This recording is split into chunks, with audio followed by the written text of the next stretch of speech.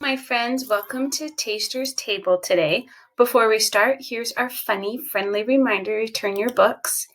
And this one, it says, "You have overdue library books. We need them back, meow." That's just the cutest little tiniest kitten.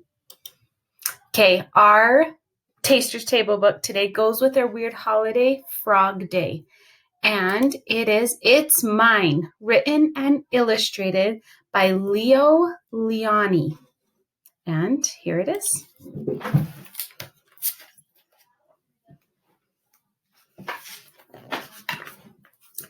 In the middle of Rainbow Pond, there was a small island. Smooth pebbles lined its beaches, and it was covered with ferns and leafy weeds. On the island lived 3 quarrelsome frogs named Milton, Rupert, and Lydia. They quarreled and quibbled from dawn to dusk. How many of your homes kind of sounds like this lately? Mine does. "Stay out of the pond," yelled Milton. "The water is mine." "Get off the island," shouted Rupert. "The earth is mine."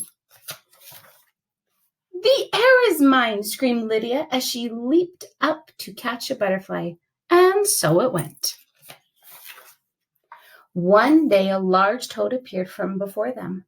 "I live on the other side of the island," he said, "but I can hear you shouting, 'It's mine, it's mine, it's mine,' all day long. There is no peace because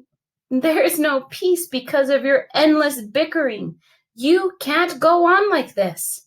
With that, the toad slowly turned around and hopped away through the weeds. No sooner had he left than Milton ran off with a large worm. The others hopped after him. "Worms are for everybody," they cried. But Milton croaked defiantly, "Not this one, it's mine." Suddenly, the sky darkened, and a rumble of distant thunder circled the island. Rain filled the air, and the water turned to mud. The island grew smaller and smaller as it was swallowed up by the rising flood. The frogs were scared. Desperately, they clung to the few slippery stones that still rose above the wild, dark water. But soon, these too began to disappear. There was only one rock left, and there the frogs huddled, trembling from the cold and fright. But they felt better now that they were together, sharing the same fears and hopes. Little by little, the flood subsided. The rain fell and gently, and then stopped altogether. But look, the large rock that had saved them was no rock at all. "You saved us," shouted the frogs, when they recognized it was the toad. The next morning, the water had cleared. Sun rays chased silver minnows on the sandy bottom of the pond. Joyfully, the frogs jumped in, side by side. They swam all around the island. Together, they leapt after the swarms of butterflies that filled the air. And later, when they rested in the weeds, they felt happy in a way they had never felt before. "Isn't it peaceful?" said Milton. "And isn't it beautiful?" said Rupert. "And do you know what else?" said Lydia. "No, what?" the others asked.